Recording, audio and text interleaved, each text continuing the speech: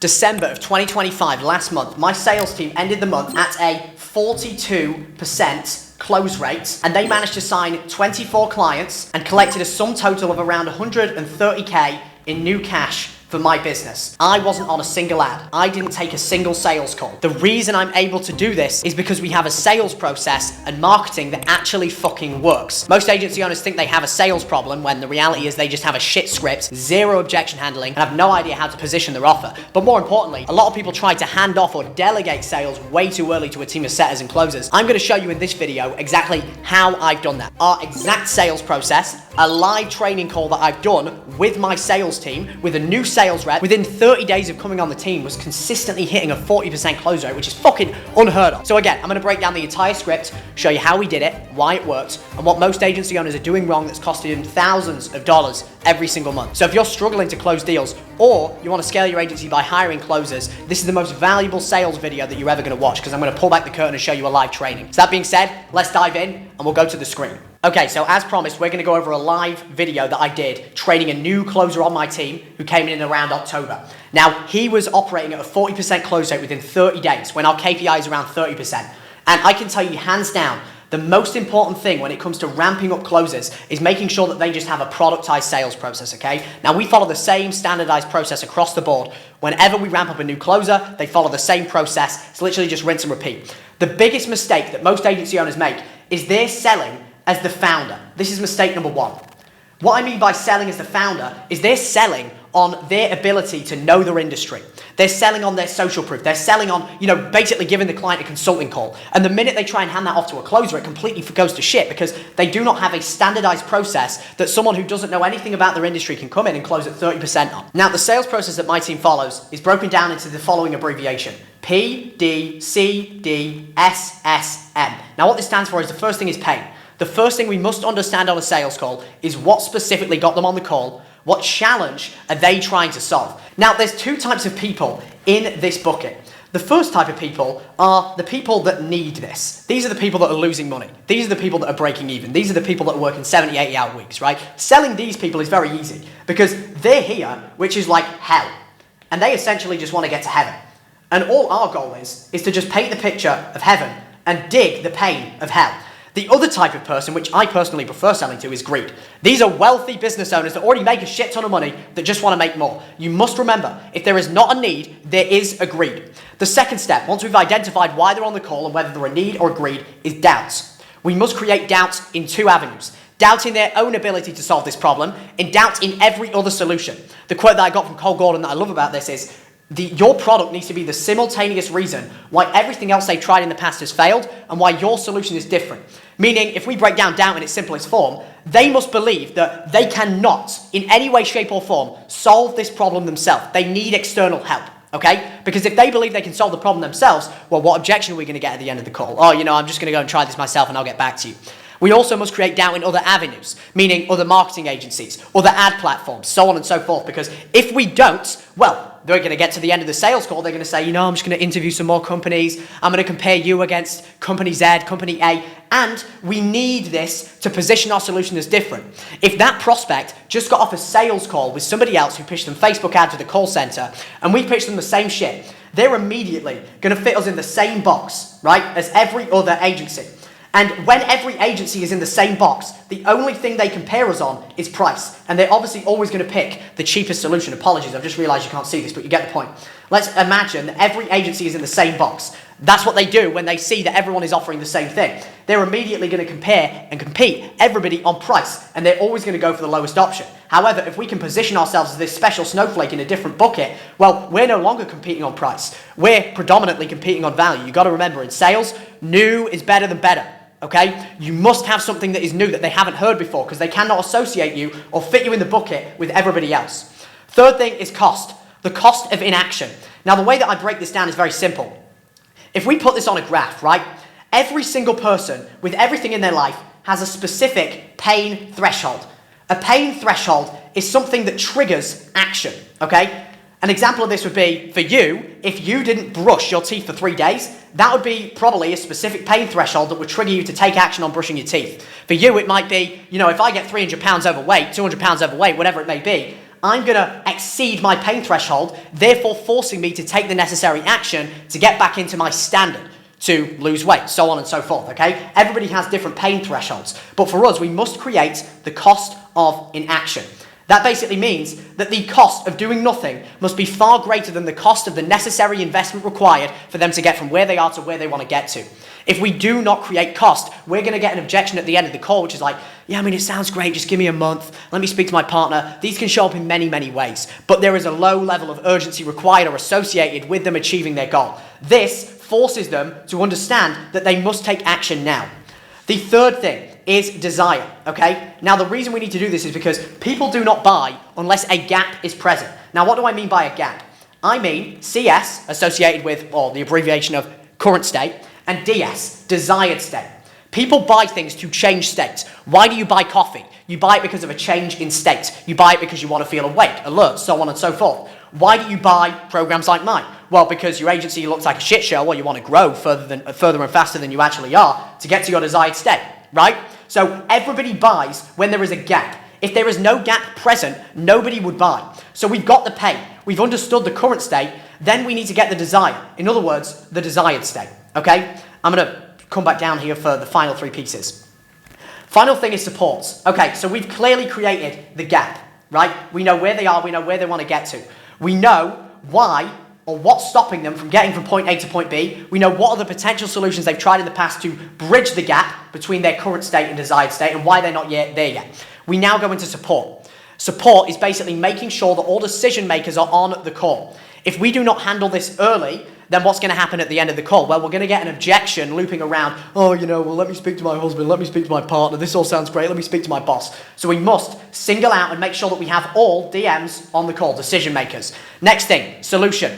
This is where we pitch, okay? And going back to what I just mentioned, our solution needs to be the simultaneous reason why everything else they tried in the past has failed and why our solution is different. Now, when we pitch the solution, it is very, very key that we use all the ammunition that we gathered here. So what I mean by that, the best thing that you can say in your pitch is, you know how you told me.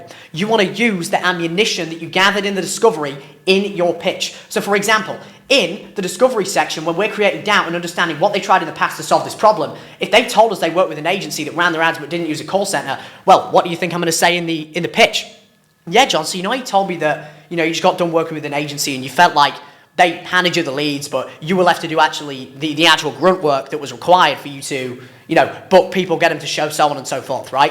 Yeah, so the way that we prevent that from being a problem is insert our solution. Final thing is money. We handle logistics at the end of the call, we collect the money, we get the close, okay? Now you understand our process, and we broke it down again into that simple abbreviation, which to recap is PD, CD, SSM. Pain, doubt, cost, desire, support, solution, money. Very, very simple. Now what we're going to do is I'm going to show you a live call that I took with a new sales rep of mine, training him on this process and actually reviewing one of his sales calls. So I hope you can see this. Should be full screen for you. And that being said, let's dive in. Is this chick her partner? Yeah, she's like a social media marketing manager for the clinic, but yeah, I mean, they're losing a lot of money, so I don't really know what she does. It's interesting. All these med spas are losing money all of a sudden. Robert's still on the hook, by the way. Didn't know. Quick question. Was you on the phone with her prior to this, or was this the first interaction after the intro call? This was the first after the intro. Got you. Okay. Hold on. Yeah. Oh, sorry. Okay, make my for that. Oh my gosh, okay. So if you don't figure You this out, fucking nailed that. You absolutely nailed. Okay, let's go back here because I want to make sure you understand what I'm saying there. Exactly. I was relieved to hear that because it was, you know, it's obviously You're going to be good. someone that, you know, benefits you financially in the future. Well, you know, what I know is just getting them in, just getting some money in. But I know there's further steps to take. So yeah. Absolutely. Yeah, because it sounds like you have everything pretty dialed in house. It's just a matter of like making people aware. And, you know, you're a faith-based clinic, and that seems to be really working for you and helping you stand out, but nobody really knows about it. Yeah. Yep.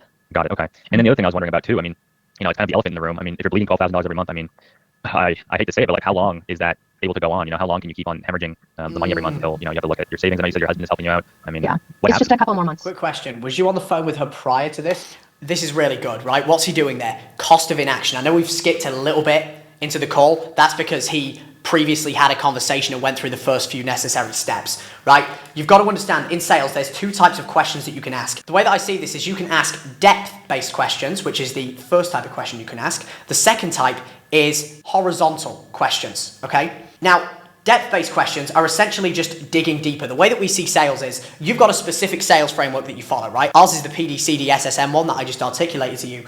But the minute that we find something that we can create depth on, we must immediately probe deeper, okay? So what I mean by that is the way that I see sales is you've got a treasure map. You're essentially on a treasure hunt going along the beach with a metal detector in your hand, right? You're following the script, going from point A to point B across the beach.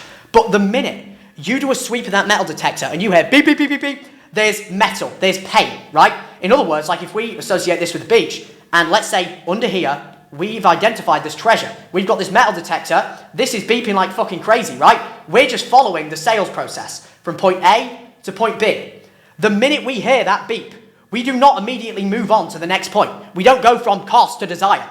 We dig the fuck deeper. We must uncover this treasure. That's exactly what my closer is doing. That's an example of a depth-based question. So if somebody says like, oh, you know, yeah, we're losing 12K a month, it's like, I mean, how long can you sustain that level of, you know, income until you have to shut down the business or, you know, worst case scenario, keep hemorrhaging money? Like, how long can you do that for? That's a depth-based question. Second base is horizontal. Horizontal is just going from, you know, pain to doubt to cost to desire, so on and so forth. Anyway, back to the point. This, or was this the first interaction after the intro call? This was the first after the intro. Got you. Okay. A couple more months? Yeah. Oh, what? Sorry. Having money from residence, how that? Oh, gotcha. So You fucking nailed that. Boom. Okay. The reason I said that is because he asked a difficult question. He said, how long can you keep hemorrhaging money into this business? Because this is a need-based prospect. She's losing $12,000 every month in her business. So what did he do? You've got to understand, everything in sales that comes out of your mouth is shit. Everything that comes out of the prospect's mouth is gold. So even if it's brutally obvious, you must sometimes ask the stupid, retarded, obvious questions. Like, for example, she said a couple more months. And what did he do? He created depth. He said, of what, sorry? Super open-ended question. But it forces her to say the painful thing. Because we must create pain. People do not buy unless there is a gap, unless pain is present. It is our goal to bring that pain to the surface. To scan across the beach, find the pain, dig deeper, and uncover the pain.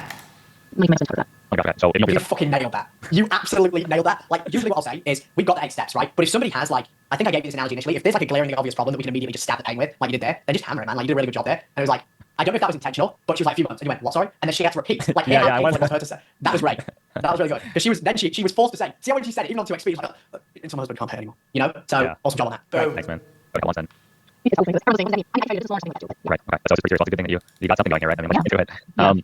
So I guess my question then is, yeah, I'm just trying to reverse engineer it in my head for you. Got it. Okay. No, so I mean, worst case scenario, you have to be alone or something like that. Does your husband know that you're on the call today, that you're trying to figure out a solution? Yeah, he does. Yep. So notice here how there is certain scenarios where you're not going to follow that in order. You're not going to go pain to doubt to cost to desire. If you notice an opportunity to check one of those core things off earlier on in the call, then you absolutely can.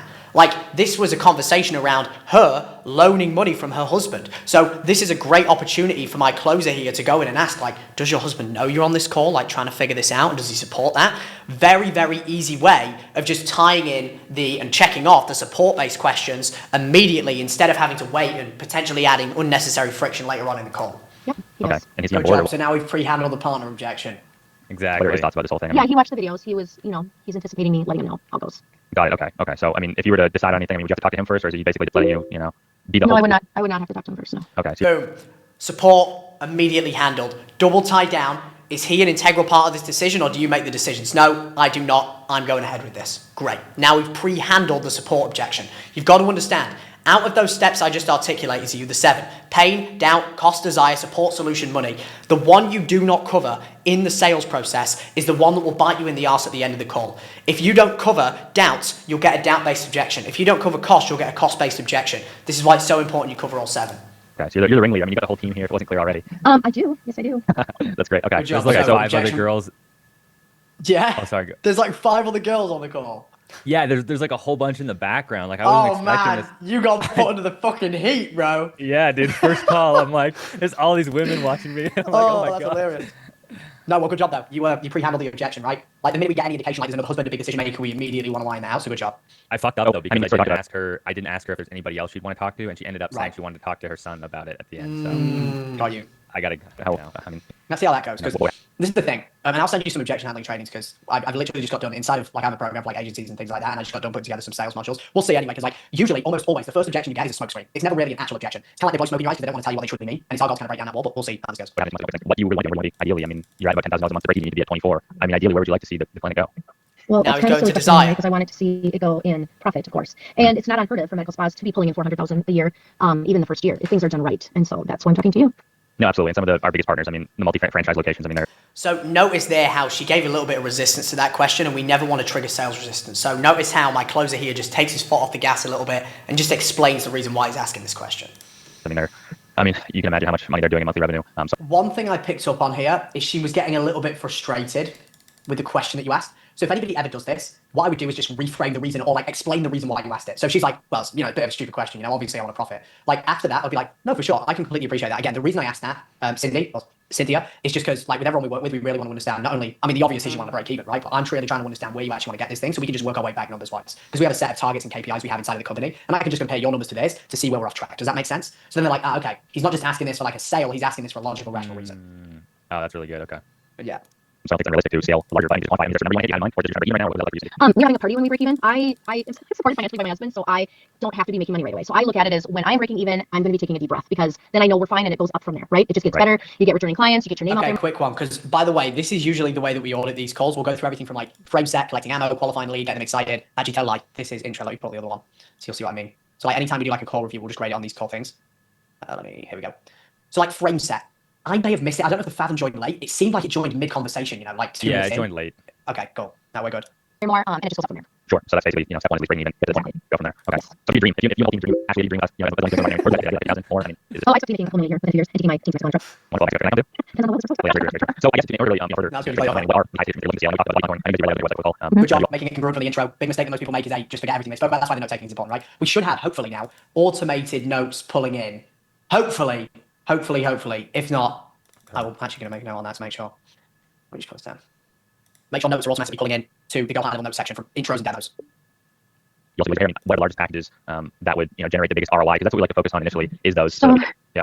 I was looking at that and I made a list. So I'm just going to list off the things that are more high ticket items that we will have packages developed to make those high ticket items. Microneedling, IPL, laser hair removal, tattoo removal, tox fillers, easy gel. Easy gel is a big one with a package of 3. We do pelvic floor, EM sculpt for incontinence. The EM sculpt and body contouring. We have a renew package that's 8 weeks. They come twice a week. They get body contouring red lights on it. All of this is kind of irrelevant. She's basically just giving us some background on current state so we can map out, desired state and kind of reverse engineer the numbers for her.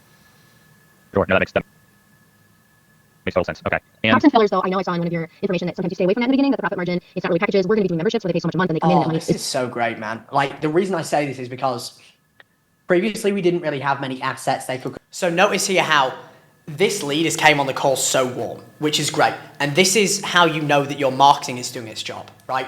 The reason that she came on the call so warm is because we have really good back-end selling assets. So our thank you page is dialed in, number 1. We have a good pre-call video. Number 2, we retarget them with content, right? Number 3, we have a lot of organic content that we send in our nurture sequences as well. And then as well, this is just like emails, texts, and then as well, the setter sends over relevant resources as well prior to the call. Because if we get them consuming content before the call, we increase something called the familiarity bias, right? The familiarity bias, I've probably fucking spelt this wrong. I'm not a spelling expert. That's not what you pay me to. That's not what you consume this content for. I digress, you get the point. So basically, the more times people see you, the more familiar they become, the higher the probability they show, they close, so on and so forth, okay? This is why we get people to consume content before the call. We noticed a tremendous difference in our close rate, our show rate, everything, when we started implementing all of the relevant back-end selling systems. They could consume prior to the call. And it's just so great to hear that the most recent demos have been consuming that information. Because when they start seeing that, you can see like, no, I heard you talk about this, that, and that. They're already seeing us as the authority on the call, as opposed to them coming on ice cold, right? So this is what we want. We're, to give you a heads up, we're just launching something new in the next few days or so too, which is going to be anybody that books, we're going to retarget them with like 30 different short form pieces of content, overcoming their objections, like a real breaking down. I mean, what does ROI actually look like? Why do most people fail with Facebook ads? So they won't even realize it, but they're being indoctrinated prior to the call as well. But side tangent, but again, the more things we can do pre-call that can nurture, the easier these sales will be, which is ultimately what we want. Or the more warm will be. Because like with AI and all these new agencies coming up, mass trust crash in the market. Like nobody trusts anyone at this point, Yeah. Good thing is we've got a really good foundation of social proof. I feel like we're bringing the needle. For me, that is something that we don't look at because it's not a package over 1,000. Right. Yeah. I mean, it doesn't have to be crazy. I think that we would, if everything aligned, I think we would go forward and test the highest ROI packages first. Like you mentioned last time, Cindy doing an 8-week renew fitness program. I think that would be great to put out there. I think you said it would be around 4,500. The body contouring laser packages. I think if you can get $750, $1,000, $2,000, I think that would make a lot of sense to put out there first. So when you were running these ads with this other, the Pakistani individual, I just feel bad like putting an ethnicity to every time. But So for context, on the intro call, she mentioned she was running ads with some Pakistani individual. Nothing against Pakistanis, but it is what it is. We've got to dive deeper. This is where he's creating doubt around other avenues. You can say frauds, the same frauds. frauds. Okay, I'll call them frauds. When you're doing the ads with frauds, I mean, Fraz, if you're watching this, I'm sorry, bro. We took your client. why do you think they weren't working? Did you have any idea of what was besides the obvious hiccups? Right, I think he had... Right. So to recap where we're at, frame set obviously wasn't covered, but I know you did it based on the conversation.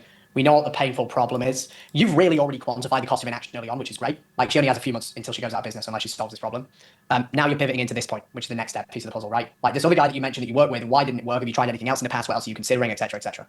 I had a lot of clients, and I think that they worked with the team. So now he's entering the doubt phase. And again, don't think that you need to follow that structure that I articulated at the start of the video in order. Sometimes the calls will go off track. Sometimes you might get desire before you get pain. Sometimes you might get cost before anything, right? The main key goal, though, is that we check all of the necessary boxes. The team, and he said that with my first with my son, he was really works with video ads, pictures, but then he figures out he's already do that, SEO works for business, that does really well, and he's not changing anything, you know. He have many, like, 10 help, and I was doing but doesn't mean something I don't know too much about this, but then a lot of mistakes were happening. I mean, a lot. Like, okay, we want a new ad out, because I have a dance fitness, that's a different website, he was doing that too. I say, okay, I want this ad out, here's what, you know, I want in it, and 10 days later, he's like, oh, I forgot about that, and then it was really crucial it got out when it did, or he put it on the, or he put it on the wrong one, but you put the dance one on the regular, Grace and Wellness one, I'm like, you have it on the wrong website. Yeah, he put it on the wrong one. Then he got in a motorcycle accident, and I think that contributed to the downhill from there, where he put a winter ad out. Like, why am I seeing a winter ad out that someone developed in my business from Canva? Like, That must have been a bad accident. No, it was 2 Sorry, is this a funny joke? Dude, they didn't even laugh at that. I was dying at my own joke. How did that not land, bro? That was a banger. That was actually a banger. Let's go. No, that was a validation for that. But you're like, why the fuck did they laugh? That was a good Yeah, I one. was like, what the hell? So they still made a big mistake. Imagine they came back and was like, yeah, he actually died. No, then it wouldn't have landed. Then you would have been fucked. Oh, I've been done. Fran, I'm sorry if you're watching this, my friend. So I'm like, he's already in an accident. Let's give him 1 more week, and then I went on and saw that it was set at like $876 a day, and I'm just like, I'm sorry, I can't. I just have to go a different direction. Thank you for all you did. Goodbye. Right. Yeah, so it sounds like, negligence mixed with you weren't even getting the proper attention. How much were you investing with him to run these picture ads? $500 a month. Okay, and it was just images? Yes. Okay. It was just images. Boom. So what are we doing there? Remember how we mentioned that we need to create doubt, right?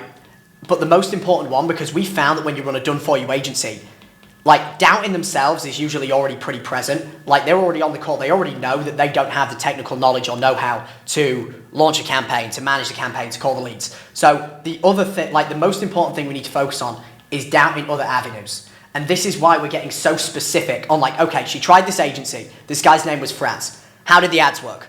What was the ROI? How much did you spend? Now, we know that this Franz guy did image ads. We know that he had a lack of attention to detail. All of these pieces of the puzzle are so important because we use all of this information that we get in the pitch process, because we need to position our solution as different and basically make it the simultaneous reason why everything else you tried in the past has failed and why we're different, right? And you'll see that shortly. Images, and we were doing, in some ways, I got people in-house that are really, really good at this, so like videos and ads, so I'm like, can we just send you what we want, and then all you have to do is tweak it and get it out there. If you still mess up, and that was my third company, so I don't even want you to think it's my first. I tried starting ads right away at the end of June, and he was my third person. I got burned on other people too, so that was like right away. That was right away, actually. Okay, so now we know the problem with one of the companies, right? So like frame set, ironed out, collecting ammo, done, qualifying the lead, done. Fuck, wrong one again. Excuse me, sometimes these things happen, we move fast. I got the wrong fucking coaching call framework. For context, you can just copy this, by the way. This is the way that I grade intro and demo calls for my setting and closing team. Where's the demo call one? Hold on, let me pull this back up. I'm keeping this in because I think it's important for you to see. I'm not perfect either. There we go. So like frame set, done, collecting ammo, done, qualifying the lead, done. Oh shit, that's why. I've accidentally done the wrong one. It's this one. There we go. Okay, we're in business now. Boom. Cool. So frame set done, finding the pain done. Clearly, like, she's losing a shit ton of money. She's got like 3 or 4 months until she goes out of business. Current state, we have full context on that. Past the 10. So we know she tried 3 companies, right? You now know with this Fraz guy, problem was just inconsistency, errors, and we also know they ran image ads. So we know that we can position ourselves as different with video ads. They have a direct account manager. It's not just like a one-stop shop, just one team member. That if somebody dies, it's going to affect on their quality because we actually have a proper team. Now what we need to do is we need to go in and understand the other companies. Why did you get burned? Because once we understand that, if we don't, we might pitch our solutions like, yeah, well, you're different to Fraz, but these other 2 guys sound the same, right? Right. Like, So you report random. yeah, trying to make companies, companies, and then next time I was world, these people, I work with your developers, and I'm like, wow, this is really hard because it costs you a lot of money when you don't get things going in a month, and then you try another month, and then you try another month. That's tough. Yeah, I mean, what did that feel like? Just seeing, not being able to see, this Streaming. yeah. That's where I started doing a lot of my Depth. He didn't need to ask that question, but he noticed an opportunity to dig deeper, right? I've just tried all these companies, it's just never working. What did that feel like? Open-ended questions are the best questions to ask in sales. So there's 2 types of questions in sales. You've got qualitative. I'm just going to put that as, I'll type it all out. I'll write it all out. Qualitative and quantitative. Now, quantitative questions are simple like one word. Like, how much do you weigh? 70 pounds. How much money do you make? 50K, right? These questions, they're necessary to gather relevant ammunition sometimes, but we really want to focus majority of our attention on asking qualitative questions. Usually, qualitative questions are open-ended, meaning they force people to expand. So what do you mean by that? How so? Why? How did that feel? right? They force people to expand. So the less you say, the more the prospect says. So this is why we encourage all of our closers, and I encourage you as well, to focus on asking these stupid qualitative questions that you may already know the answer to, okay? Because again, everything that comes out of your mouth is shit. Everything that comes out of the prospect's mouth is gold. Even if you know it, having the prospect say it is 1,000 times more effective than you saying it. The biggest mistake that I see a lot of sales teams and a lot of owners that are running their own agency and closing deals themselves make is that they assume things. They go, oh, I assume, that felt pretty annoying, right? Oh, I assume this, I assume that. So that's the first thing. They assume too much. You never want to assume. Always ask the stupid open-ended questions. Number 2 is they put their coaching hat on way too early. So they'll hear this agency was running image ads and it didn't work, and they'll immediately start going into coaching mode. Oh, well, Mrs. Cynthia, the reason that didn't work is because you need to run video ads that position you as the authority and you need a call center. Do not fucking do that. Because what happens is, it goes in, I'm going to try and draw an ear here. This is my ear. Goes in one ear and right out the other. Why? Because you're a salesperson. Because you're the most biased person on the planet. They understand that you're going to tell them whatever they need to hear to get it over the line. This is why the prospect must say it. This is what we call Socratic dialogue. You get somebody to say and admit something that you want them to admit through asking the right questions, okay? My own research, what works. Reddit's great because it's real people, real spa owners, real people asking questions like an opening spa, what do people recommend for marketing? And so it's a really good place to research. And that's when I'm finding out it's very saturated. A lot of people are doing the same thing. And like you and I talked about yesterday, it's kind of like who's ever pricing it out, the bottom, you're gonna get the most leads, you're gonna get the most people in. Then your theory is you get them in there, they want to come back, but that's a smaller percentage. Yeah, it seems that when you're focusing your product or treating your client on price, the people who are focused on price are the ones who are going to show up, right? So yeah, that makes sense. And I appreciated your videos, I really did, especially the honesty. I felt like when you're talking about what you know for sure you probably get in monthly, I'm like, wow, that's really honest. And actually, it was probably the lower end of what people can do. When you're saying for sure you're gonna get 10 in, out of your 13 or 14, I'm like, that's really honest because I'm sure it can be more than that. Well, that's exactly. I love that. Yeah, and we like to underpromise. Back-end selling assets, again, you have to understand that with agencies right now, we're in a mass trust crash because there is so many agencies. Honesty goes a long way.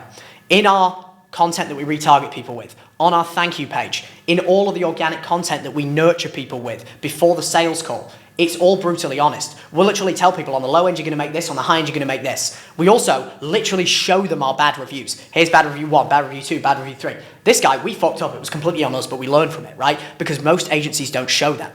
When you're in a market, because there's levels of sophistication in any given market, okay? Now, because I serve medical clinics, I know that we're at the highest echelon of sophistication. These guys have been burned many, many times. They understand what Facebook ads are. They understand what Go High Level is, the CRM. They understand what a call center is and that most people offer them, right? If you're at the low end of sophistication, you don't necessarily need to do that. You can give them a crazy guarantee and they'll get an erection, they'll love you forever. But here, these guys at the highest level of the sophistication echelon, they understand what guarantees are and all the contingencies and all the bullshit that happens with these guarantees, right? So we focus on, if you're further up the sophistication ladder, the more honest you should be, the more direct you should be.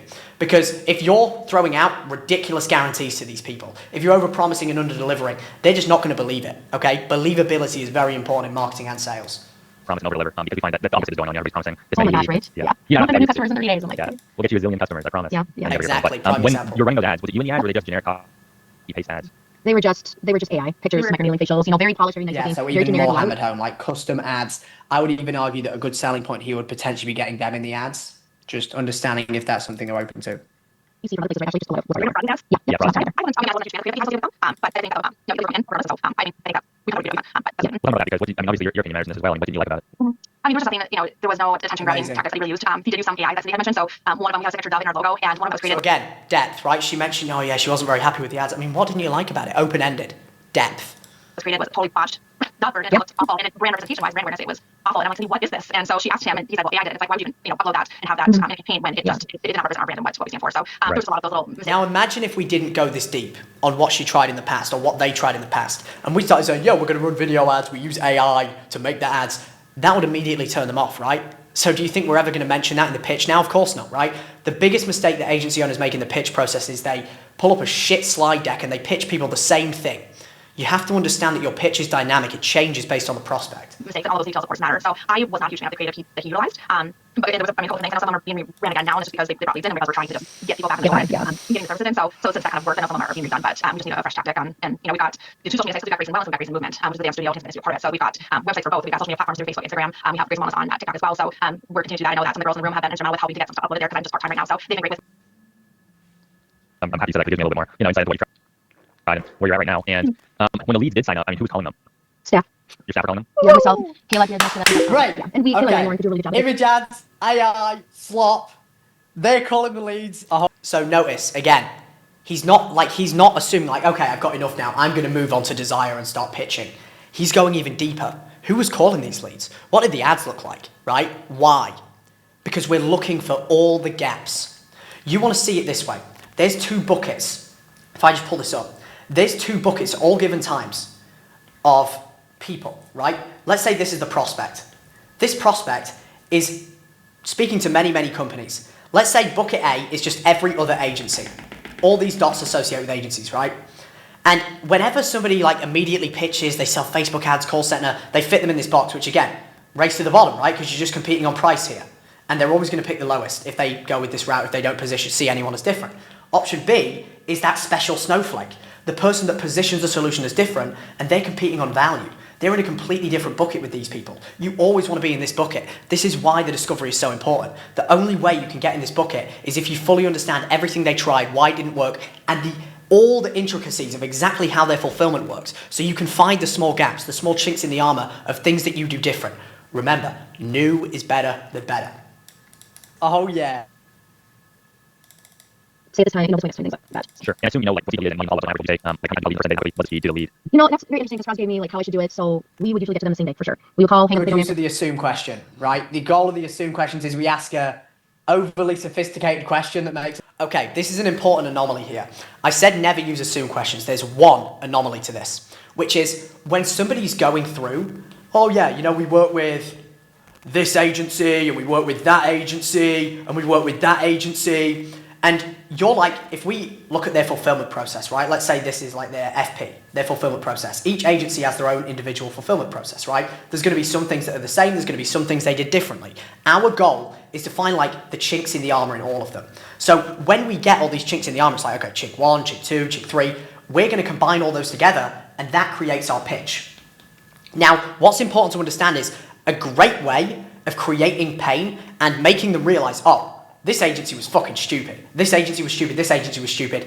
Is using assume questions when they're going through why it didn't work. So an example of that would be, you know, if I'm going through and going like, yeah, you mentioned you worked with that agency, John. So tell me more about that. I guess, what did the ads look like? What was the ROI like?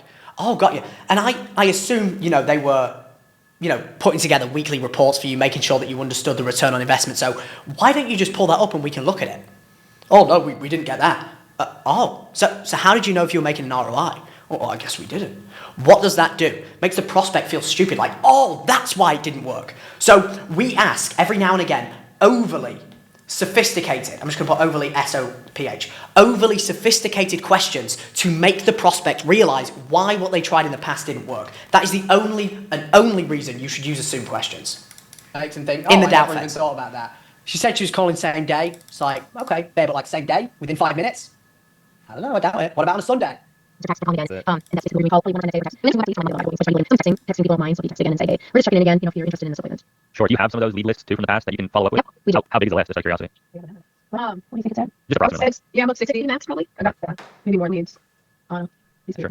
Kind of caught me off Yeah, guard. it I really was like, depends. you Sometimes it 60 comes to- people? What the Oh fuck? my god, that is terrible. That is terrible. Had a bigger list, let's say like $1,000 people. I mean, we could do a mass follow up on those, and you know, it's great to do regardless. But especially when a list gets bigger and bigger, I mean, you can do the ROI, you know, 1%. I mean, that's it's quantifiable. Now, the other thing I was wondering is how are you qualifying the leads that we're booking in through the ads and social media? You mean qualifying by making appointments or qualifying that we can get back together? I mean, contact them again. Yeah, like commitment level, you know, credit score, things like this to make sure they're not going to no show and that they understand that, you know, what's going on with the treatment specifically. We are not really doing that.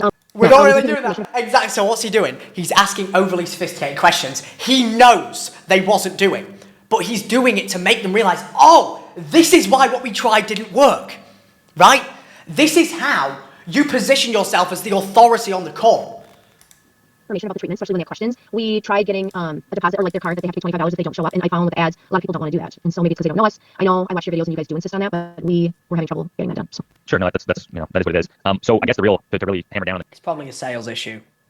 Like, if their team was calling the leads, one note that I would have said here is you might have wanted gone one layer deeper with the call center piece, where using the assume question really well. They said, yeah, our team was calling the same day. It's like, oh, got it. So what hours and days are the front desk working? Like, if a lead comes in on a Saturday at like 10 p.m., is someone calling them? Got it. Okay. So Right. we just gather that information, and then they verbally admit like, oh no, they already work. Chances are it's probably like Monday to Friday 9 till 5. And then it's like, so the front desk is all they do call those leads, or do they have other responsibilities too? Oh no, they also help out, you know, the extensions. Like, got it. So if they're busy doing that, they're not getting to the phone. Okay, got you. It's like we've got even more ammunition now. So like when we get into pitching the call center, it's not only like we'll get your team off that. It's also like, you know, how you mentioned that you're not calling Saturdays, Sundays for as many chinks as possible. So we're going to fill that gap, right? Another potential question that may have been worth asking here, especially when you mentioned like nobody wants to pay $25 deposits. Like, yeah, well, I assume you guys, I mean, either the agency provided it to you or you guys are following like a specific sales framework. Do you want to show me that? We can go through it because it could be a sales thing. Oh no, we don't have one. It's like, so how would you audit those calls and know if they were following the right framework? Oh, we did it. Got it. Okay. So now we've created even more of a gap, right? I see. Yeah. And what I did is bring some of that up in the pitch, but obviously it felt sort of like on the spot when I was asking them about it. Like I should have asked them before, and that totally makes sense. Yeah. You can line it up and then dunk when you're in the pitch and bring it back up. Yeah, that's great. There you go. When we're doing these penalties going up, but how many leads, let's say, were coming in each month from I forget his name again. Raz. From Raz. Raz. Yep, yeah, FR. Oh man, I'm glad Raz is on the call. 93 leads is what we have come in. And that's total? Yeah. So it was August, September, October, so about 30 a month? Not October. I think it was Don't count October. Yeah, not Okay. October. Just August. So now what's he doing? He's following a strategy that we call chunking down. So now he understands all the chinks in the armor, right? Now what he's doing is he's chunking down. How many leads? How many bookings? How many shows? How many closes? Why is he doing this? Because he can just compare what they got to our client averages. And our client averages are almost indefinitely going to be better than these. And if they're not, we're going to tell them like, well, those numbers look great, John. Why the fuck do you not just double down on what you're doing? You lean out so the prospect leans in. In this case, obviously, their numbers are way worse than ours. And again, he's also looking for any additional chinks in the armor here. Because we might realize that their lead to booking rate was like 5% when we know our average is 12%. So it's like, oh, so really nobody was booking. Okay, now we immediately know that they've got a big call center issue, right? Like a calling issue. So around 45-ish? Yep. Okay, and out of the people that came in, I mean, how many were actually translating into booked appointments? Probably a third of them. A third, okay. Mm-hmm. So, and then out of those that got booked in, how many actually showed up? Probably 23. I'm just like a quarter opportunity today. Probably like 23. 23, But we okay. did get a lot. We did get bookings that they didn't go through that way. Where they directly called us too. So or directly contacted us, not through the lead center. And so, because I remember we had like 30 appointments in the first like 45 days. But anyway, so we probably got about 40 appointments off the hands. Oh, are we back? Yeah. Oh, I was just saying, some people contacted us directly not through the lead center, and so there were a few more bookings than we got then. What's on there? What I'm saying. Sure, okay. So, I mean, what was the ROI then, return on investment for going with Roz? Probably breaking even if you look at how much money those appointments brought in and how much we paid him and how much we paid for the ads. Yeah. You would get lost if you go through all the numbers. Sure, I imagine, some of the malfeasance that happened with him, screwing a couple things up didn't help on the numbers either. No. Okay. So, I guess, we talked about the low show rate last time too, I think, on our last call, didn't we, Cindy? Yes, we did. Because that's obviously seems like a problem as well we need to address. Can you tell me more about Yes. Well, I don't know what there is to tell except people not showing. Can you tell me more about that? Open-ended, fucking banger questions. Not showing you call them. Open-ended question forces people to expand. Can you tell me more about When their appointment was like maybe 20 minutes later, say, hey, you didn't come in, you're still planning on it. And very few would respond to that, correct? Yeah, very few would respond. And like, sorry, I was sick, but you did a couple that were sick, sorry, I didn't call, like, you want to reschedule. But most of the time, they're just not. Yeah, they're not coming in. Got it. Okay. So it sounds like I'm just trying to understand here. So, getting the right amount of leads in since you opened really has been a problem. Especially the last 3 months. And so, what's triggered it So from? like now we know there's a show rate issue too. That like thank you page optimization. The great thing is about when they go through that content and consume it, it hits even more because we can use them as a perfect example. Like the ad that they came through, we also run the same ads. The thank you page and the content they consumed, we also do the same thing for that. So it's like what worked on you, what got you on before this call, will also work on your patients. It's a really good phrase to take with people that consume the content, which should be a lot of people. What's your now you're with Roz and you still weren't getting enough leads in? I mean, what sort of changed? Well, just putting out the ads that were already done by him, having my son do a couple ads. We did a grand opening. I did a salute the troop event. So those are all things that have helped bring people in still.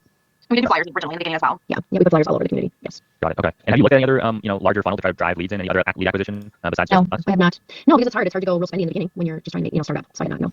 I see. So you tried to ease into it more and Yeah. Got it. Yeah. Yep. Okay. That makes sense. So, I think about everything. I think it all makes sense to me. So you're averaging around $10,000 a month. You tried all these different things. Social media. You tried He's got all the information he needs. dealing with Roz. That didn't work out so well.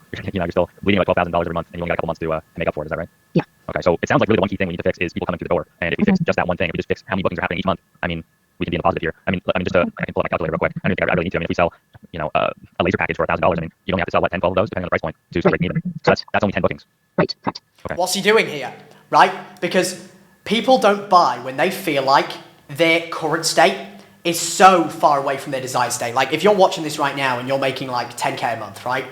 And I was like trying to sell you on making $1 million a month with my product, you might think that is so far away that it's like, it's not even worth it. I just can't even conceptualize making that amount of money. So what he's doing here is another strategy called chunking up, which is where we basically get their big grandiose goal from point A to point Z. And we get them to look at it from like if we just position this as an eye, we get them to look at it from a bird's eye perspective and go like, I mean, really, like this goal, man, it's literally just like 10 packages, 10 patients. That's all you really need, right? That's it. Oh, cool. That's pretty easy, right? So we're essentially articulating to them like, oh, closing this gap is going to be fucking easy. Okay, got it. Okay. So, yeah, I mean, we got a couple months to fix things, and it seems like we covered quite a bit of ground here. Yes. Based on what you sort of told me, Cindy, and what you said as well, Ash, You cut out. You want me to walk you through what we do, the numbers? You cut out, but can you go back a little bit? Yeah, sure. Where did you last hear me? 10 seconds about.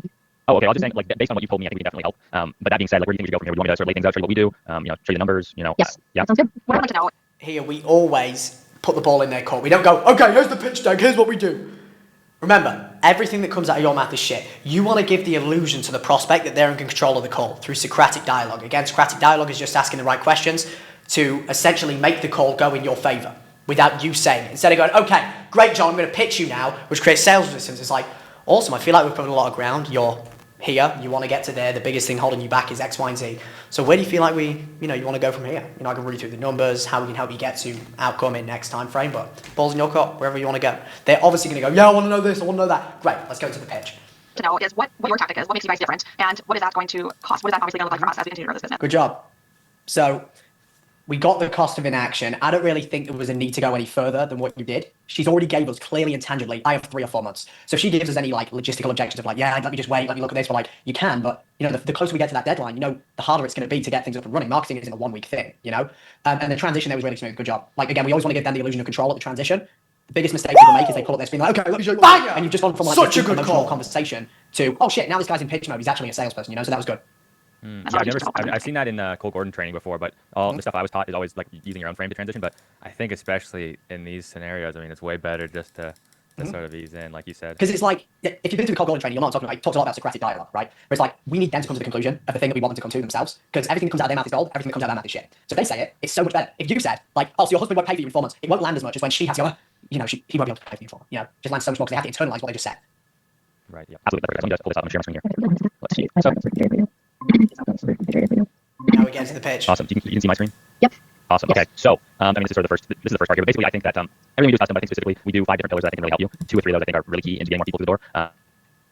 Jacob, you cut out again. That's so can you? Yeah, you're back now. That's okay. Am I back? Okay. Those are Okay. seconds. Sorry about that. Yeah, just keep kind of standing near me. I'll keep interjecting because I don't want to be mindful of our time. It's No, yours. that's perfect. Okay. So, you know how this works, of course. Cindy, you've watched all the videos. We've done this. Oh no. Oh, Cindy, you've watched all the videos. We've done this. No. You can still hear me now? Yep.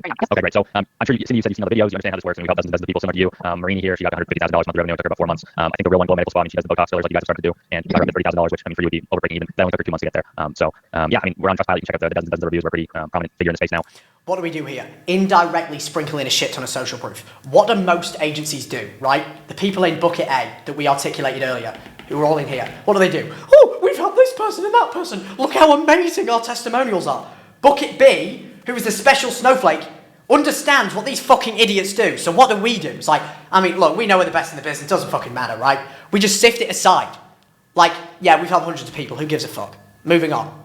Why do we do that? Because even if they believe that, I actually see this getting me from current state to desired state, our goal is to increase believability. It doesn't matter how great our solution is, how good our discovery is. If they're on the low end of the believability spectrum, if they do not believe that our solution can get them from where they are to where they want to get to, they will never buy no matter how much pain they're in. How do we increase believability? Well, what about if we show people that we're in their same current state, that they're in right now, that are in the desired state that they want to get to?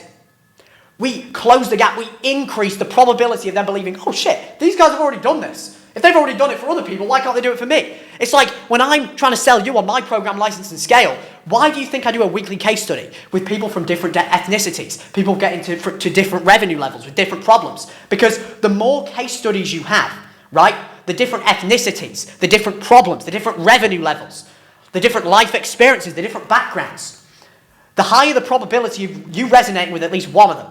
This is why it is your moral obligation to get as many case studies as possible. Now, but anyways, bring into it a little bit more.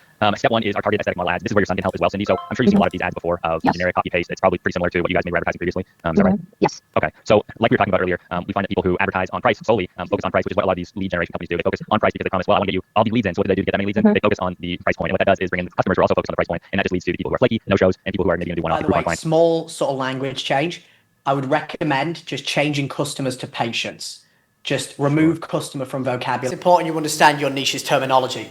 we always follow a process. Whenever I'm working with a new agency, the first thing that I get them to do is niche immersion, where they go in and fully like study a bunch of shit on their market so they understand the terminology they use, so on and so forth, so they can actually speak them, right? Like for example, if you say you're going to get remodelers customers, that wouldn't resonate with them. If you say to a med spa that you're going to get them customers, it's not going to resonate with them. Med spas, medical people, they want patients, financially qualified patients. Remodelers, blue collar businesses, they want qualified estimates that are going to sit down, they're qualified financially, they can get a proof of financing, and they can buy their high ticket remodeling jobs. Vocabulary, use patient. Just shows like you're in with the industry lingo, you know? It's kind of like, you know, in sales, we usually call salespeople like closers, right? But somebody who doesn't know what a closer is, they might call them like a salesperson. I mean, you can call them that, but like people in on the industry lingo will call them a closer, you know, or like a setter. They might call them like a phone appointment setter. So just small things like that. Totally.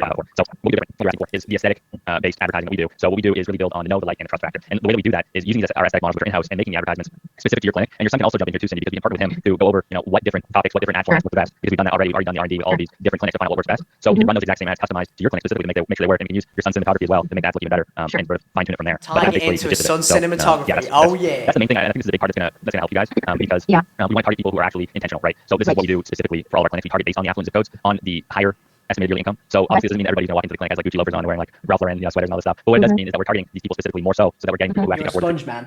It's great. I've been listening, Cam. I've been listening. And we're using intent-based filters You're a sponge. That's exactly what you want. as well, so that the people that are searching up things already like non-invasive. By the way, if you want to join my team as a closer or a setter, you can apply below. We have many career opportunities available. Don't apply if you're fucking brand new though. We're looking for closers and setters all the time. So skin tightening, liposuction, facelift, even the surgical things. We are targeting those people to come up so that your clinic is coming as the prominent, authoritative clinic in the area. So I mean, if somebody was, for example, let's say somebody was, they were looking for a facelift or liposuction. I mean, do you think they're searching, cheapest surgeon in Burnsville, or are they searching, they want to look for the more authority-based, the person with the most credibility in the area. That's what we want to do with your clinic. That's what we do with everybody that we're working with. So that you are the authority. You don't have to race to the bottom because the cheapest patients, the cheapest leads are the people who.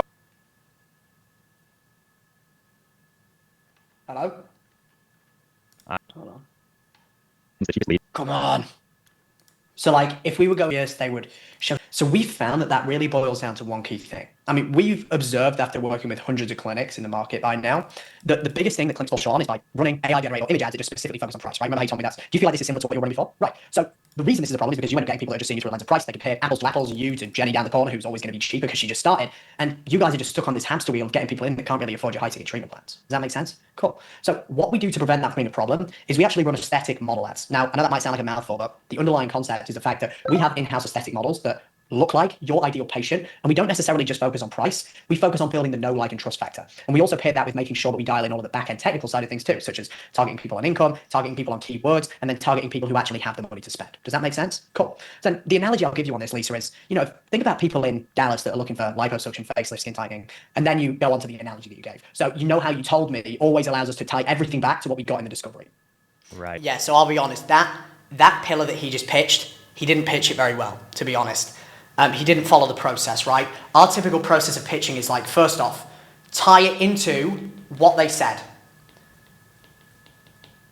So that's like, and we break, by the way, we break our pitch down into like 3 to 5 pillars, right?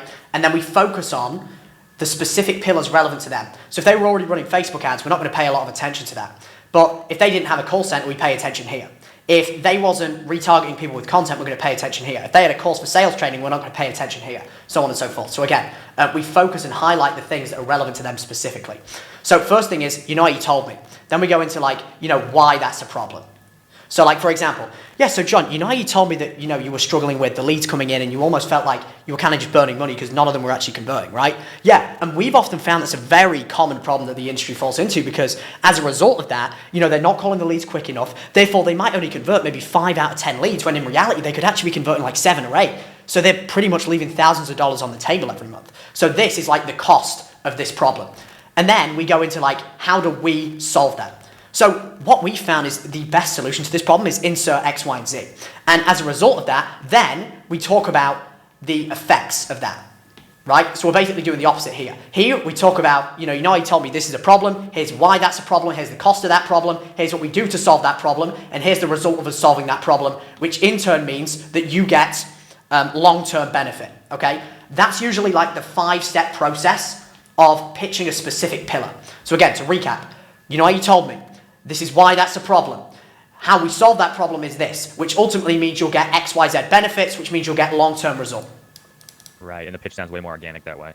Yes, yeah. And again, like all the pitch this is how you really want to see the pitch. It's like the pillars' goals is to just pre-handle all of their existing concerns. So by the end of the pitch, I heard Cole Golden talk about this. We're the simultaneous reason why everything else they've tried in the past has failed, and why our solution is different. In other words, like I now fully understand why what we did in the past didn't work, and I don't see any way why this wouldn't work, because it solves all the problems that we had in the past. Because we're just using all the problems they told us in Discovery as ammunition in the pitch. Right. No, that's totally true. Yeah, that's awesome. Absolutely. It's something everything doesn't matter where to use your son's cinematography as well to make. Yeah, because if we can position you as the cheaper, non-invasive alternative, like it's a no-brainer for anybody who is going to have it in front of their eyes. Yeah. Does that make sense? Any questions on that, Cindy? No. Okay. This is great because look, they're already making buying assumptions already, which means you've nailed this part of the call. Because like really, by the time Discovery is done, you understand their situation so well. They've already been pre-nurtured by the content. There's going to be people that are already pretty much pre-sold. Like Cindy, if Ryan could do all the videos, even in a whole day, like somebody who was not going to buy or who's on the fence would not say that. These guys are already bought in. And say, well, I guess I can't do this now. I drove all the way over here, and that's just another no-show, basically. The other thing that we do is credit. Okay, so the authority funnel is the second point. Now, obviously, I mean, your in-house is great. It sounds like you have a great team here. All the girls, I mean, I can hear you speak so much with so much enthusiasm about them. You love the team. What this is going to help is just putting that in place. So what we can do, I know you mentioned you didn't have anything like this prior. There's not really anything filtering out these people, filtering out the no-shows. What we can do to make sure that people not only understand what you do before they come in, but they also understand maybe if they're medically filtered out. So, you know, if they have any sort of medical condition that's going to eliminate them from any of your treatments, you can filter them out beforehand instead of having to come in and say, well, you know, I guess I can't do this now. I drove all the way over here, and that's just another no-show, basically. The other thing that we do is credit. We filter them out based on their credit history, so we'll make them fill in their credit score on the pitch needs a lot of work here. This is on me for not mentioning this. Some people are a little bit funny. So, all the girls, I mean, I can hear you speak so much with so much enthusiasm about them. You love the team. What this is. I've had a few calls where people are like, oh, I don't want to do the credit. Yeah, and it came up here too. Yeah. The authority funnels here, so they can fill out all their information. And the other thing we do is we make sure they understand the treatment in a way, and it's going to take multiple treatments to get a result. Have you ever had somebody come in and transform now one treatment? Yeah, it's the thing that we see all the work stuff. This is another thing to help mitigate that, making them understand it's not going to happen. Isn't it? You're asking them ahead of time. A question for you. I mean, what success do you have? You know what? I don't even think we should even fuck around. I don't even want this burning any sales because I've had. Yeah, yeah, it's a funny niche. Well, what we find is that the people who are going to be afraid of these questions are discouraged By the way, if you're a founder, you should be auditing your sales team's calls at least like 2 or 3 a week. Very high leverage thing you can do because your goal is really like you need to have a really good feedback loop between marketing and sales. And really the way that you do this is you audit like 3 to 5 calls a week, right? Because what's going to happen is the market's going to change, the market's going to adapt, the market's going to sophisticate, right? Remember the sophistication ladder that I was talking about? You've got to understand that through time, markets sophisticate, markets speak to more people, markets understand go high level, call centers, Facebook ads, so on and so forth, whatever you sell. And as a result, your sales process needs to change, your marketing needs to change. That's why I still consistently audit 3 to 5 calls a week, and I change my marketing as a result of that. Then the marketing breeds more sales, and this cyclical feedback loop repeats itself. So I audit 3 to 5 calls every single week because very high leverage thing you can do as a founder. by basic filtering questions. They're not too committed into a treatment plan in the first place. And so I think for us, and this is part of the success we've had working with so many people, we found that not only does What kind of questions are in that? for the authority funnel here. Yeah, specifically the financial options. Like that would, you know, the credit score ones. Like what So ones are in there? yeah, so Okay, we're moving into the next piece. This is what irrelevant. are the hours that they're sort of following up with? We were doing morning till late night. We were doing that because one of us would take the phone home and watch it. So, You were okay. Yeah. Okay, got it. So that's good. So I mean, when you say the latest that you do replying to leads are. well, I would never want to do after 10 p.m. unless it's a message on, like, let's say they put a message through at 11. I'm still awake. I'll message them back on like Facebook or whatever, because they just messaged. But otherwise, I wouldn't text or call after 10. Got it. Okay. And on the weekend, if somebody were to text you on Saturday or Sunday, would they only get followed up on Monday? No, we would do it on the weekends also. And I'm not saying this was easy. It was just, you know, like. Why is he asking these questions? Because he's seeing if there's any more chinks in the armor, right? Because if they say, oh, we didn't call the leads on the weekend. Oh, you know, we didn't call the leads within 5 minutes. Then, okay, the call center is even more effective when we pitch that as a specific pillar that we're going to help them with. You know, like Kayla, for example, and Lauren, they get so many hours a week, maybe they didn't work other hours, and someone will say, I'll take the phone, or I'll watch Meta Business for Sunday, and I'll get back to people. So we would do a lot of that. I see. Okay. Because the reason I ask is that there's an MIT study done that showed that the 5th to the 30th minute of somebody signing up, the chance of getting Immediately start with high-level status things that you get what I'm trying to say, right? Something outside of us that shows, okay, this is important. yeah, the chance of getting contact with them goes down 100 times. So Yeah. the same applies for consistency. People who are 40% more likely to Another thing, by the way, you can use like external studies to add a level of believability to what you're saying. So like for us, whenever we pitch our call center, which we frame as our, by the way, you should never call your call center a call center. Like we found that, again, as the market sophisticates, your pitch must change. So for us, we used to sell call center, right? Then we found that our market sophisticated, they got higher on the level of sophistication. And this call center, they kind of got desensitized to it because they're used to being burned by shit agencies with Filipino call centers. So we had to reframe this to our US-based, I'm just going to put PST, patient sales team. So we had to reframe the way that we articulate the call center. Another thing to keep in mind as well is what I was just mentioning there. You can add like specific studies outside of things just inside of your agency to add a level of believability to what you do. So for us, like whenever we pitch our PST, our patient sales team, the first thing we lead with here is we lead with studies, okay? like basically answering the question like, why is following up with the leads important? Because if they don't think following up with the leads is important, well, they're not going to be bought in, and they're not going to be like, oh shit, I actually need this. This is going to solve my problem. So for us, you know, like MIT, Harvard, so on and so forth, if you can get studies from these guys, that helps tremendously. Like there was an MIT study that was done that showed from the 5th minute to the 30th minute of a lead opting in, there's like an 100% decrease in the probability of them responding and booking a call, right? So we have to articulate very clearly that MIT study because it adds a higher level of believability as to rationalizing why they need this piece of our program. More likely to book on the 10th contract, the 10th contact point in comparison to the third. You can see here that's only 42. There's a 79% chance on the 10th. So that's where our patient sales team comes into effect and integrate with their team. So they're not some generic, no offense to Frost, they're not some generic team out of Pakistan or some other country you're talking about. It's all US based. They ask and talk to the patients or potential leads with qualifying questions. You know what we might want to add? Maybe we hold on. Oh no, this is bad. This is really bad. Wait. I'm going to keep this in because it's funny. I've got a great idea. We're going to increase conversion on this. Oh no, this is bad. Let's go. Fuck it. I can't get cancelled. It'd be so bad. Actual real concerns like what is their how do you think we can help you, things like this. And we also have more personalization because basically all of our teams want to be specialized on your clinic specifically. I mean, obviously we have so many people on our patient concierge team, so we dissect them for. I was surprised how detailed they were in being personal with them. Yep. Amazing. Excellent. Okay, so and what we also do with the patient sales team as well. So, by the way, what she's saying here is we literally, before sales calls, send them a live call of our patient sales team calling another MedSpa's leads. Why? Because we know that our market is sophisticated. They've used call centers that haven't worked, that were from the Philippines, that didn't represent them in the right way. So, like, you've got to understand that as your market sophisticates, your pitch must sophisticate. As well, the reason we're able to work with the high sales team is that we do take $25 deposits for booking the appointments. So every appointment that's booked, they take the $25 deposit, and that's what goes into paying for them. They all work off of a commission basis, if that makes sense. Yep. Okay. Okay, awesome. And now this is number 4, hammer them with strategy. So just like you probably saw on our website, what we do is making sure that all of the different questions you may have are answered before you even talk to us to get you a better idea, what the heck we do, some of the worries or concerns that you might have or that any regular person would have before wanting to work with somebody like us. So we do the exact same thing with your clients and your patients. So, we already answered the questions, things like, how is this different from other clinics? What if this treatment doesn't work? Will this work for my clinic? How does it actually work? Do I have enough time to even do this treatment? Do you have treatment specific for my health condition or whatever it might be? So I think this will also really help, people understand, what they're getting themselves into as well, which will just commit them more to. So tie this back to the show rate thing. So, so what the mistake my closer here is making with this call and with the pitch is he's not tying it to outcomes and consequences. That, like, think about it this way. This person is at current state. They want to get to desired state, right? In order to get from here to here, they don't care about the vehicle as much. It's like, the way that I see it is, if you are going to the Bahamas with your family and you've got an economy flight, you probably don't give 2 fucks, and you're probably not excited for the economy flight you're going to get there, squished together against an extremely obese male who's probably sweating and sleeping on your shoulder, and the kid that's kicking you in the back, crying and screaming on the flight. You care about the destination. So that's what we need to focus on. We focus on how we're helping them escape from the pain and how we're helping them increase the probability of them getting to their desired state. That's what we must focus on. We must tie every pillar back to that. He's getting 2 in the weeds here. You'd mentioned that, obviously, with the prior leads you were getting from the image ads, which can also affect show rate, close rate, all of those things you just mentioned, right? Yeah, so one thing that we found to prevent this, which allows us to really differentiate from all the other clinics in the market, is by really dialing in, I might be throwing in like another thing in the fold here, but this hammer strategy just makes it a little bit confusing. Here's what we're going to call it now. So again, this is why it's important you audit your team sales calls, even if you're not in sales, because you'll find that there's things you should tweak in your pitch. So essentially, we got on this call, and you've already consumed a lot of our company's content, right? You've listened to the calls, you already knew what we did, you appreciate their honesty, you know that, right? Yeah. So that's something that we developed called the back-end selling systems, and we found that this can have a profound impact with our partners on show rate, close rate, and overall how much people know, like, and trust you prior to coming in the office. So much like you went in and consumed a number of pieces of content to us prior to the call, we help you develop and build the exact same thing. So by the time that people come into your office, they've already watched videos, consumed your content, which in turn results in a higher show rate and a higher close rate. So we can just tie back to you literally got played by this system too. It works. You're on this call with me today, right? Exactly. Boom. Does that make sense on the change I made, by the way? Oh, absolutely. Yeah, it's way better because it's not just some random thing. It actually is, This is key, by the way. If you do shit for your agency to acquire clients that you also do for your clients and it worked on them, then use that as a selling point because it's a very easy way to break a belief. Ties back in. Yeah, for sure. Gives them an epiphany. It's way better because it's not just some random thing. It actually is, ties back in. Yeah, for sure. Okay, this is all around. You say you have about 300 followers on, was it TikTok? Is that right? Facebook. Oh, that's on Facebook. Okay, so that's a perfect example. Facebook.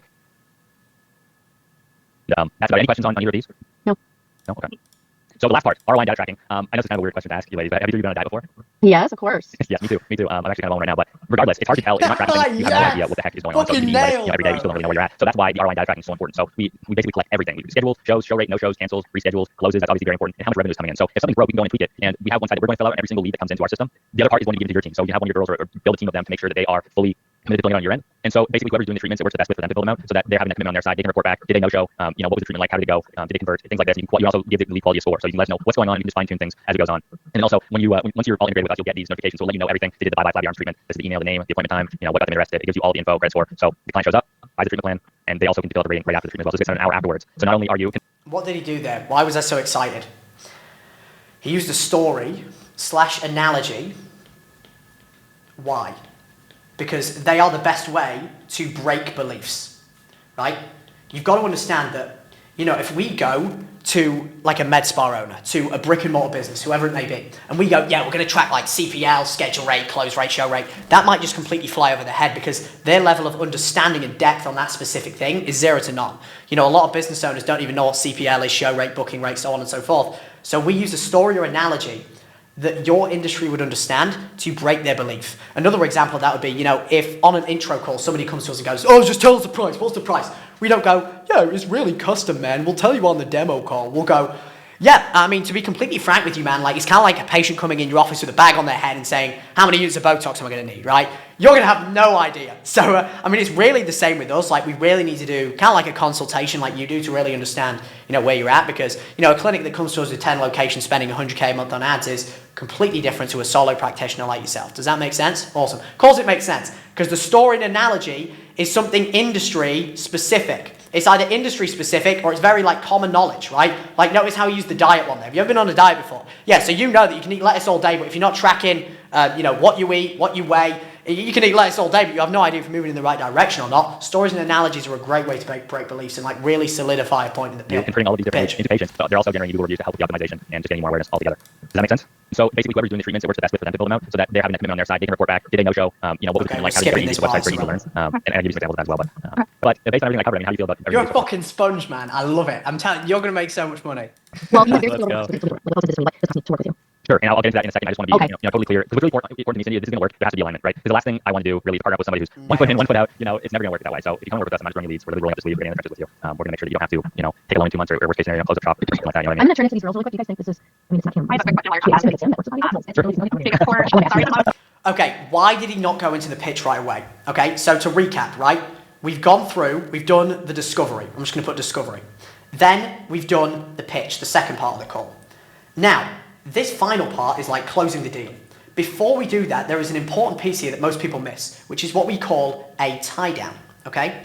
So what this means is we must know for sure before we move to price that the prospect is 100% bought in on our process. Because if they're not bought in on our solution, meaning they don't truly believe to their fullest ability that our solution, our vehicle, we'll put as V, can get them from where they are to where they want to get to, it does not matter how good or how, they're always going to give us objections is the point I'm trying to make. We must always get a tie down that they're 100% in because there's 2 sales you must make on every sales call. The first one is your process, meaning your program, your solution. The second one is the price, okay? Now, the process is again, we always tie down, they're 100% in on this before we move to price. Price is easy. If they're 100% in on the process, we can figure out price. But if we don't do this integral part of the process before we move to price, then we could get hit with an objection and we don't know the true intention behind that objection. We don't know if this is a process thing, meaning they're not 100% certain that what we do can actually help them, meaning uncertainty, or it's a price-based objection, it's financial. So with all the stuff that you guys do, what percent of it is your agency or team doing versus what actions would our team need to take? So Right, they're so asking buying basically, the questions. next thing about our, So we our can just system skip will this, say kind is of that we irrelevant. do all the heavy lifting for you. All that you have to do is do your The way that I would frame it is so you essentially get access to our entire marketing team. So in a direct channel where you can communicate with our team, you'll be able to get access to our media buyer who does the copywriting, access with the ads, our tech person if we have any technical. Sweet. Yeah, because it's if we frame it that way in terms of they're basically getting their own team. It's a lot easier for them to quantify the price because it's 2K a month. But if you hired all those people in house, how much would that actually cost you? It would set you back 10K a month. All about framing and sales. basically one contact. You just have one contact individual. Obviously, you have I'll take over everybody on the team. So you're any of us, but we want to contact you and get to know very personally, and they're going to be helping you throughout the whole process and making sure that you have no questions, everything's aligned. Thank you, Jacob. Yeah, absolutely. Is there any- Yeah. No, it's okay. That was all really good questions. Okay. Yeah, very welcome. So, that being said, just unclear, on scale from 1 to 10, 1 being I just wasted 30 minutes of time with this, this young guy from Canada originally, to 10 being this is what I really need to break even, get to 24,000. Where do you think that you're at, Cindy? Well, I already did a lot of research on you. I watched your videos. I was already really impressed. So I want to just keep hearing more going forward right now. Sure. So, no questions. Just what's next? Exactly. Okay. So, Okay. So no need to get another tie down, right? certainty and tonality. She's like, they're in. You can tell. There's like subtle things. There's no need to like double tie down. You know, if she was like, yeah, I think so. It's like, I mean, are you sure? Very important when you get the tie down, you're not just looking at what they say, you're looking at two things, or three things. You're looking at what they say, you're looking at how they say it, which is like tonality. And then you're also looking at body language. I'm just gonna put B out, right? Because like, for example, if I go, yeah, man, so like, how do you find everything that we just went over? Do you feel like this is ultimately what you need to get to outcome?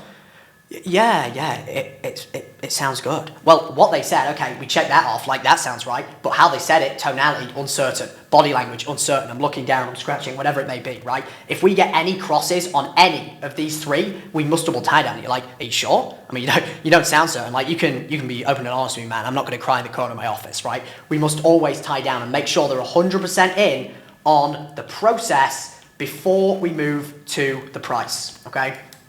Sure. Like, tell me what's coming up for you, because you don't sound sure, you know, but she's 100% sure, which is great. That's what we want. Shit! No, we just missed the key part. Where do you think that you're at, Cindy? Well, I already did a lot of research on you. I watched your videos. I was already really impressed. So I want to just keep hearing more going forward right now. Sure. So no questions, just what's next? Exactly. Okay. So So no need to get another tie down, right? Certainty and tonality. You don't sound sure, you know, but she's 100% sure, which is great. That's what we want. Now we're going to go into explaining the next steps. Now we know we've got the tie down. Before we go into price, which I forgot to mention, we tie down, then we talk about next steps, okay? And then we go into price. if you would like to go forward, basically what would happen is we process the investment with me, and once you take care of that, what we do is we wrap up 7 days. So you have a quick onboarding call, and then you get to the ground. You try to stay there, don't have to hold the that way, and really get you on track to hitting 24,000 as soon as possible. Does that sound okay? Yep. I'm going to circle back to the same question, though. Yeah, with the investment, right? You're probably wondering, this thing off. Yeah, So, that's the golden ticket. That's what we need to go. That's right. So I think first it's important to cover ad spend. So obviously with advertising, you'll have to be investing in ad spend, which doesn't go to us, it goes directly to Meta, to Facebook, Instagram, TikTok. What we recommend is $50 per day to start, and that's separate. So you don't get any of this, it just goes to Facebook or whoever on a daily basis. And I just want to make sure you guys understand how that would work. Yes, yeah. By the way, the reason we always tie down, they make sure they make sense, is because a confused mind doesn't buy, right? So we always want to tie down that they understand that before we go into the actual investment. We're already doing that, so. Okay, got it. And then so the investment that we charge for you guys getting to $24,000 a month is $6K for 90 days. So $2,000 a month is what you charge for your services, besides the $25 taken off for the calls. That's exactly right. What about the sheet I saw that you kind of went by kind of quickly that had silver, bronze, and gold? Sure. So silver, bronze, and gold, that is advertising for treatments that you can offer for your clinic. So you can. That was an example. Oh, that's exactly right. That's an example that you can show, and you can sort of highlight the treatments are the best, the ones that are going to be the highest ticket. You want to sort of trophy as gold, and you can kind of choose the others, especially. Do you feel like the amount that people bring in when they start with you is usually much higher than that, or no?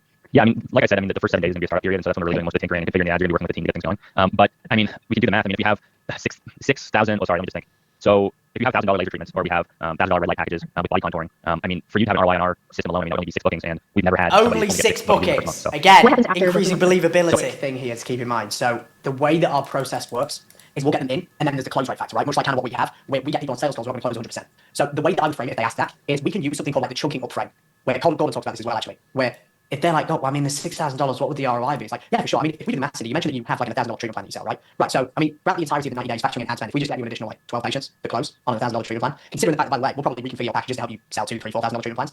I mean, in the history of the company, we've never only brought on 12 people, you know? So as long as we're doing our part, your part, all it really boils down to is getting you 12 people. Does that make sense? So we just zoom out and go like, I mean, in the grand scheme of things, this is actually nothing, right? Right. And have them focus on that 12 as a thing that we're going to get, and it's easy for us to do instead of just saying, yeah, okay, that's way better. Yeah. Yeah, and another thing to keep in mind is like if their treatment plans are like 1K, like also keep in mind that we're going to help them reconfigure those treatment plans to make sure they can be selling $2,000, $3,000, $4,000 treatment plans like their other partners. You know, it's like how we sell paid in full. We teach our clients to do the same thing.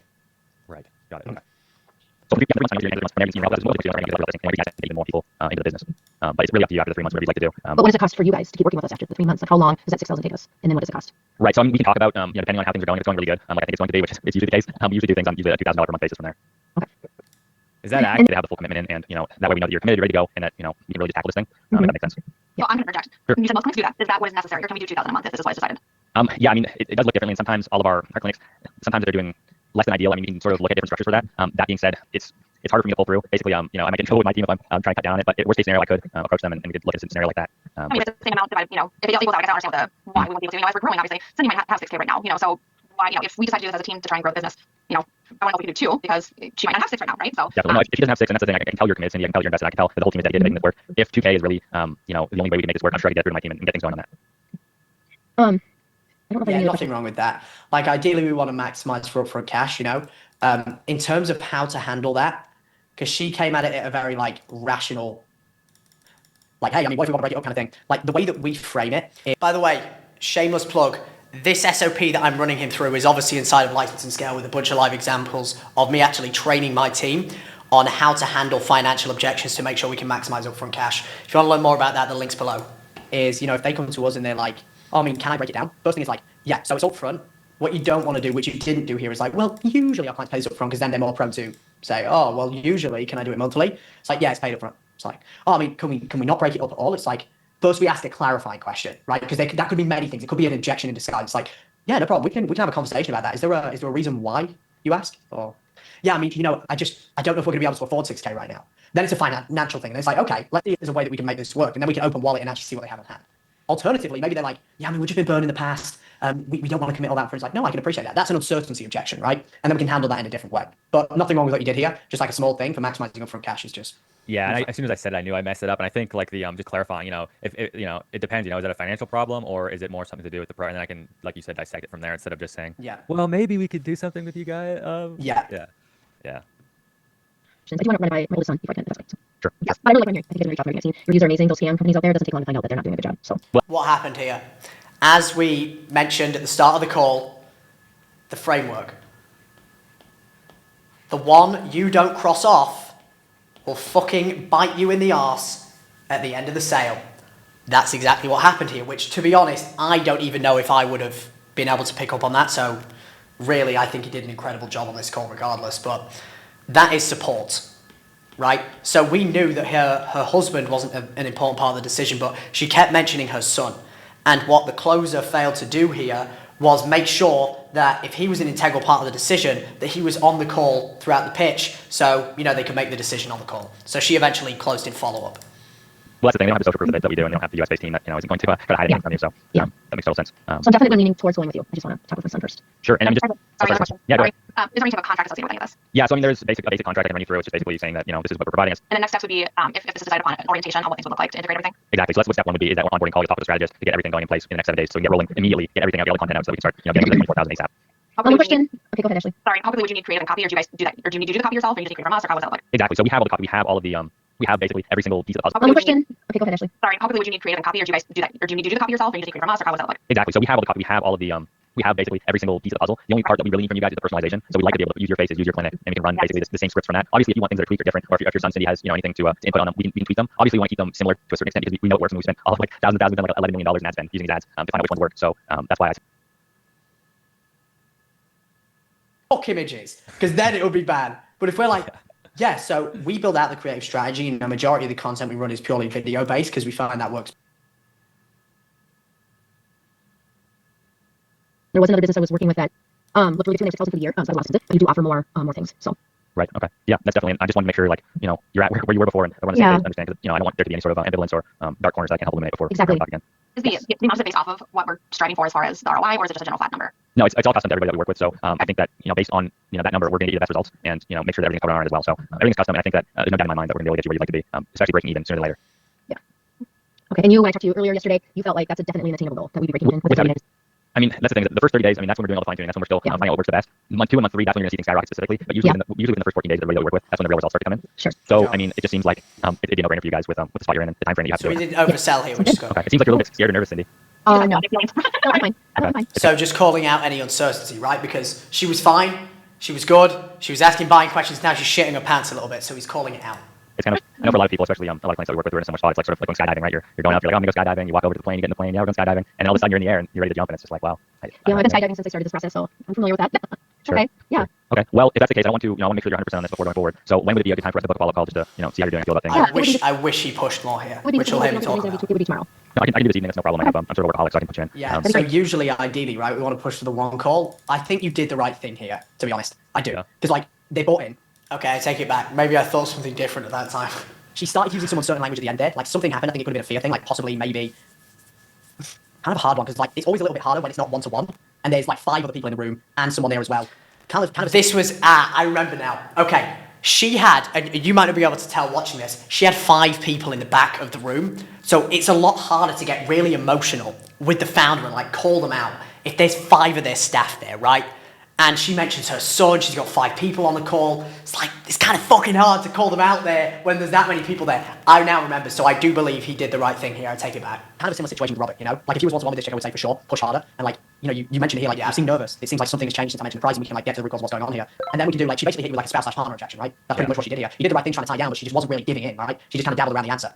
So Exactly. I do think you did the right thing here. You tried looping around a couple of times. I would say like, ask it more directly if it was one-on-one and be like, look, I'm just trying to understand here, Cindy, because you obviously know you need to do this. You've got 4 and 5 months to do so. Are you open to hearing my perspective on that? Like, you said this is something you want to do. You said it's something that you are able to do financially. I mean, why don't we just do it now? Because like, I can tell you, from what I've analysed with a lot of the clients we work with, there's 2 different types of people, right? There's Medfar A, who knows they have a problem and refuses to deal with that problem and, you know, keeps waiting for the perfect opportunity to make a decision. And then you've got Medfar B, I mean, if you look at like Jeff Bezos, right? He didn't wait until 100% certainty to leave Wall Street and start Amazon in his garage. He did it based on calculating storing an analogy to break a belief. risk, On minimising the downside and maximising the upside, and that's the exact situation we're in now. So, what type of person do you want to be? Boom. And then we can leave to think about that. But harder one here, because we've got like 6 different people. I think you did the right thing. And then you had a follow-up later on in the day. Yeah, and you're totally right. She's like wearing them as armor. All these other people in the room. Yeah, it's kind of a hard one. Now, one thing I will say, specifically with people like this, is we definitely want to like assume the close, because there's something called the law of reciprocity, right? Like if we give to someone, they feel inclined to give back. The analogy I give for this is, you know, you think about if you have like your mum cooks dinner for you, your grandparents cook dinner for you. Say they text you saying like, hey, we're cooking dinner, you come around, you're busy, like no. But what about if they texted you and they sent you a picture of the dinner they made, smiling like, hey, we just cooked dinner for you, excited to have you around, can you make it? Way more inclined to go, why? Because they've already done something for you. You feel inclined to give back, right? So the way that we can leverage this, especially in situations like this, is between then and the follow-up. You can make like a custom video, just a loop, or just like a text saying like, hey, like here, you should definitely save this. I believe it's on the sales assets doc, but it'll be super relevant nonetheless. So like we can send like something like this, like, hey, where is it? Here, me and the fulfillment team just did some market research. Turns out City is more responsive than before. Like that'll be a prime example of something like, oh great, you know, like push them over the edge, right? Another one will be like, hey Cindy, excited to have you on board. I just connected with our fulfillment team and we just started building everything out. Excited to show you on our next call what we can do together. Assume the sale. If somebody's on a call for this long, assume the sale always. It's like, oh, they've already started. I can't back out now, I'm in, you know? So we definitely want to nurture them with things like that, especially when the calls go to follow up. Got it. Okay. And then this was the call you guys had this morning or last night? That was last night, like 8 o'clock. Okay. Really weird call. It's like, why are we even talking? But. Stacey, I'm sorry, I was waiting for the doing after the So I apologize. Okay. Yeah, I can start there. Oh, This you is decided- the follow-up call for context. Okay. I can It hear you might now. take. Oh, can you hear me now? I can. The video just You really can loud hear thing. Yeah. Okay, so it's a go. I'm gonna do it. Okay. I have to get funds from a loan, and so it'll be tomorrow or the next day. I'll have them. And I had a couple questions when we're starting. Number one, if we have video content being done or have been done, how many minutes do you usually put in an ad, or do you do social media too, or is it mostly just Yeah, the ad this is part all for content? irrelevant. So it's the ad part, but we use social media to. Yes. Just asking sales questions. The best, and then we go from there. If that makes sense. And then you just switch it to a different one. Exactly. Depending on what you're trying to focus in on, but you'll be talking with our strategist to try to find out which one you want to choose first. And obviously, one of the higher ticket ones is what we're going to really hone in on to try to get that ROI back as soon as possible. Okay. All right. So how you feeling? You want to do this? Yep. Okay. Yeah. So what's easy for you? Do you just want to throw in a credit card for now, or? So, notice how she said, yeah, I'm going to do it, I just need to pull out a loan. We ain't waiting for that shit. We assuming the sale. He did a great job on the follow-up here to collect the payment. Now Watch. Well, yeah. So we can do the 6,000 right away, I think, because we're just gonna cut it from this loan thing. But he's asking how you would pay. Like, would it be on a? How do you do that when it's a $6,000? Do you do it on a Most credit people card? just use this credit card with us at least. Maybe there's a way we can speed this up. No, I don't think so. He doesn't want it on a credit card, so we have to think of a different way to do that. So, I see. How else? What do you have in mind? Like some sort of a wire or something like that? yeah, it could be. So I'll just get back to you really soon enough with them. It's a credit card, but we'll see. Sure. Your Yeah. credit cards have a max too. Yeah. I mean, it's usually not an issue. A lot of the time, what happens is they'll ask you to verify something on your phone. Sometimes for some of the higher amounts. Sure. Okay. Yeah. I just like to get you rolling as soon as possible. That's the only thing from us hitting the ground running as soon as possible. Sounds good. We'll figure it out. Sure. And then basically from there, like I said, I mean, you'll have an initial meeting, the onboarding call with the strategist. That'll be the one that will be allocated to you. So they'll be the one you'll be on the first same page with. Just trying to kick it down the road, That first call will be right? really Just avoiding trying to the build everything in the first 7 days. So we can get things going. Immediately. And they help us pick which service we do first. Exactly. They can help choose what sort of ad you want to run first. Honestly, man, overarching feedback, you did really fucking good here. Okay, for context, he manages to get her over. She closes. You can see there's like another half of this call. So yeah, this may be one of my longest sales-specific videos, and I hope this was valuable for you. I want to be clear that I have withheld a substantial amount of information on this call, specifically for people that pay me a substantial amount of money to either start and grow their AI-enabled agency or to scale up to 100, 200, 300, 400K a month. We actually just had a record in our program as of the first week of January where we had Peter who did an 140K week. If you want to be around people like that and you've watched up to this point in this video, you know that I can probably fucking help you. And you're probably being, in the nicest way possible, a little bit of a pussy with your money. You have to understand that if you are expecting people to invest in your business, you have to be willing and open to invest in yourself, because it's not only going to rub off on your clients, it's going to rub off on your ability to charge more in your process. So if you know that you need to put your balls on the table and truly get the help that you need, and you want way more where this comes from, and if you got any value from this, you got to understand this is the fucking tip of the iceberg. I'm withholding a substantial amount of information from you because you haven't paid me any money yet. So that being said, check the links below, have a call with our team, we'll see if we can help you, and I hope this was valuable. Till the next one.